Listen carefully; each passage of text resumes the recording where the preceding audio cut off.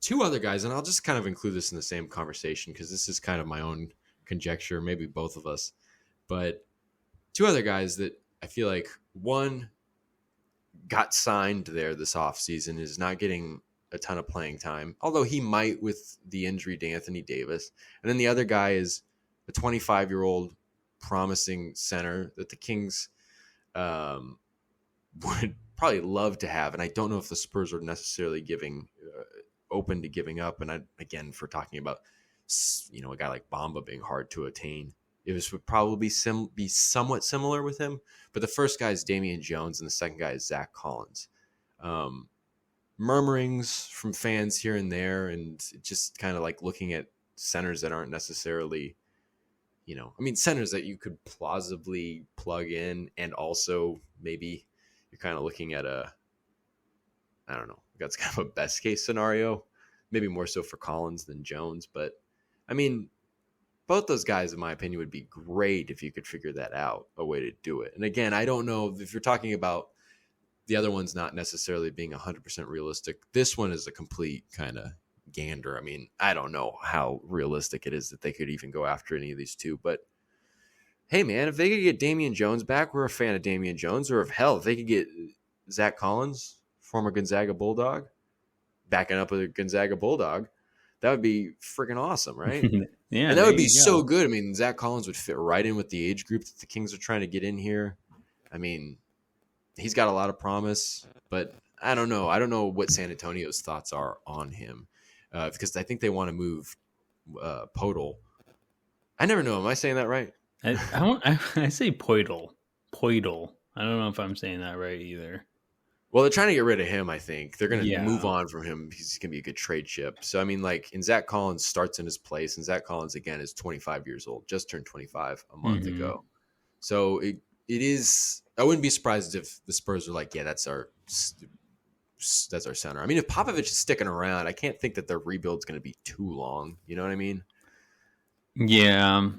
I mean, yeah, I agree. Zach Collins, drafted by the Kings, if you remember, traded for the 10th the 10th and 20th pick or 10th and 15th pick that turned into Justin Jackson. It was the 10th pick and it turned into the 15th and 20th for Justin Jackson and Harry Giles when they traded him to Portland.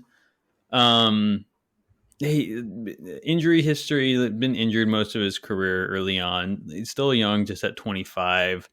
Can hit the three ball, kind of. He can kind of stretch the floor out. Takes a couple threes a game, but I just don't know if it's a big question. Like, is San Antonio shopping this guy, especially with shopping Poidel at the same time? I wouldn't mind Zach Collins. Again, not the most familiar with his game, but I don't think, again, he's better than Metu, what Holmes is providing at the moment, and Leonard Cada. So I'm totally open to Zach Collins if you can grab him. And like you said, he would fit in this age group. And if you could, if you can grab him over and put him into this core for the next couple of years, that'd be awesome. Well, and also look at Collins' assist numbers. I think he's the best passer out of this group of centers. I mean, Plumlee's a decent passer, if I'm not mistaken. But I think Collins is the most talented passer. I think he's got like 4 assists a game or whatever coming off the bench. Maybe not 4, maybe 3. I think it's 2.9. 3 assists. It's pretty good for a backup center, I think. And, I think he would just, again, I don't know. That's probably like best case scenario. That's kind of dreaming, like kind of a pipe dream at this point. But I don't know. It's a nice guy to mention, I guess. No, but you're totally right. No, you're right. Like the 2.9 assists is for a guy coming off the bench, like that's awesome. And if you can get that and plug him in for some bonus, like you were saying, like all the better. If you can find, like I think Mike Brown was saying that he doesn't want Cousins because they want centers with a different look than Sabonis and to change the defense. I don't know if he was saying that, to be honest, or he's just like, well, it seemed like, it really honestly seemed like hey, look at it this way about Metu. Yeah, exactly. It seemed like the ship was starting to sink on Metu around that time, because I think that was like a couple weeks ago. Yeah, I think so too. But yeah, I mean, yeah, it'd be great to grab a guy who could fit in, pass the ball well, grab some boards, provide some, a big body down low. So I like Zach Collins. Again, not sure how realistic, but I mean, McNair is looking at everyone, just like you probably are trying to do this, just like I am. So um, if he can somehow try to snag any of these guys so far you mentioned, I bet he's trying to make an offer already. But it's so hard. Trades just in general for the Kings just seem. I don't feel like we have a lot of flexibility, especially with our cap space, and just like, well, who do we trade? Like Terrence Davis, like we said, Trey Lyles, Rashawn Holmes. Like, does anyone even want Holmes? But other than that, No. I mean, most people are kind of untouchable. Or Alex Len, but other than that, like everyone's kind of untouchable. Mitchell, I think he's not untouchable, but like for one of these guys, like if you trade Mitchell for Zach Collins, well, now you're just opening a whole lot. You better be getting a good backup point guard somehow. Exactly. So it's just like the Kings just don't have a lot of trade pieces, which why the Noel at this moment makes the most sense still, because they probably have to give up the least for him, right? So, but anyway, sorry, you're going to go into Damian Jones, who I love. I love Damian Jones. And it's just like, I mean, you go to a new team, it's not necessarily working out in his favor in terms of earning minutes, and I'm not following the Lakers in any way, so I don't know what the issue is with him, but it's like, I don't know. I mean, like, it'd be hard to believe that he couldn't in some way, I mean, replicate what he did late down the stretch last season. I mean, he was essentially backing up Sabonis there for a second and then filled in for Sabonis after he got hurt. And it was tremendous. We had nothing but good things to say about him. And I think his ability to kind of be a kind of a mobile center that plays the right way, never plays outside of himself, run the floor already, can be a kind of a roaming rim protector, probably would fit right into learning Mike Brown's system. He's a really smart guy. I think he's got like a master's degree from Vanderbilt. Disciplined guy. I think he'd be perfect. Now, he just signed with the Lakers. It felt like the Kings would have probably retained him if they would have been able to trade Holmes, but they couldn't trade Holmes. So, I mean, if you could find a way to get him back here, that would be awesome. But again, it's hard to envision a realistic scenario off the top of my head, I guess, how that actually works out, right?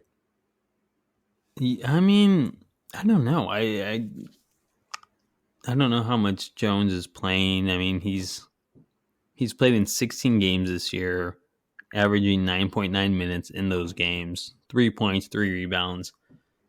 I mean, but now Anthony Davis is hurt, so they're probably going to need him to step up now. Mm-hmm. But man, I would love to get Jones back somehow. And I don't like Terrence Davis maybe for Jones. The Lakers are always looking for shooting, right? And Terrence Davis, that could be that actually is interesting. Even Trey Lyles, man. Like, I love Trey Lyles just like I love Damian Jones. But like, those are two Terrence guys Davis who can hit. Too. I love Terrence Davis as well. So it's just like. But they're both good 3-point shooters, and that's what the Lakers really need right now. So I could see them getting Jones if he's really not playing that much in LA, and if they just don't really need him. Like, might as well get some shooters around LeBron while you have him, and AD while you have him healthy. Well, I mean, he's not healthy right now, but while you have him, I guess, in general. When he comes back. Yeah, exactly. So I could see, I mean, maybe I'm just hoping, but he just seems like he's not playing too much in LA. So I could see the Lakers being interested. Like, oh, okay, like Terrence Davis for Damian Jones. Like, because Jones, he's at a pretty like minimal contract, right? It's not, I don't think he's making a lot this year. I think it's like $1 or $2 million. Yeah, exactly. So if you can pick him up for that or trade him for that, oh man, Damian Jones was so good at the end of last year, and even not at the end of last year. I think he was good all year. He was just kind of fighting for minutes, especially when Holmes and Sabonis were there. And you had Lynn as your backup center last year as well at points. So Jones, great interior guy, good on the switch.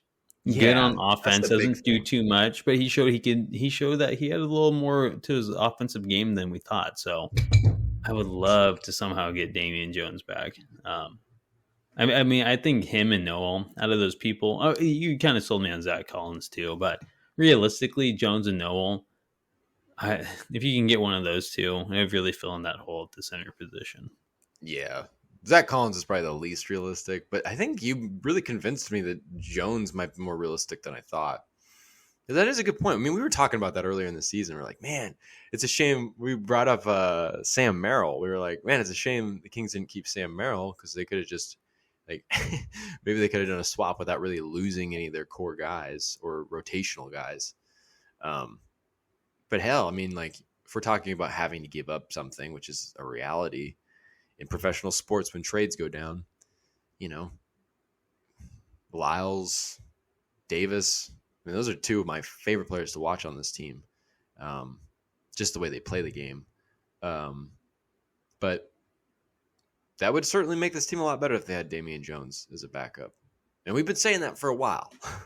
Yes, But we have. yeah, We've been saying it for a minute. Um, yeah, I mean, I can't say more than. I mean, if you listen to our show long enough, you can tell we're big Damian Jones fans, but for a good reason. He does everything so well, and he's just a great off the bench. He just yeah, does like one of those things, just like everything right kind of guy. Doesn't do too much. Does his role what he's intended to do. So I think Damian Jones is in reach. I really do. man, it If would you be make an offer, freaking awesome if they could figure that out because I think that would really help this team. heck yeah. Really, any of these guys would just really be an upgrade if they could figure it out. Because that is, as much as the backup wing thing has been around for a long time as an issue and drives a lot of Kings fans nuts. The gaping wound right now is the backup center, and these guys would be terrific fill-ins for that. Mm-hmm. Definitely.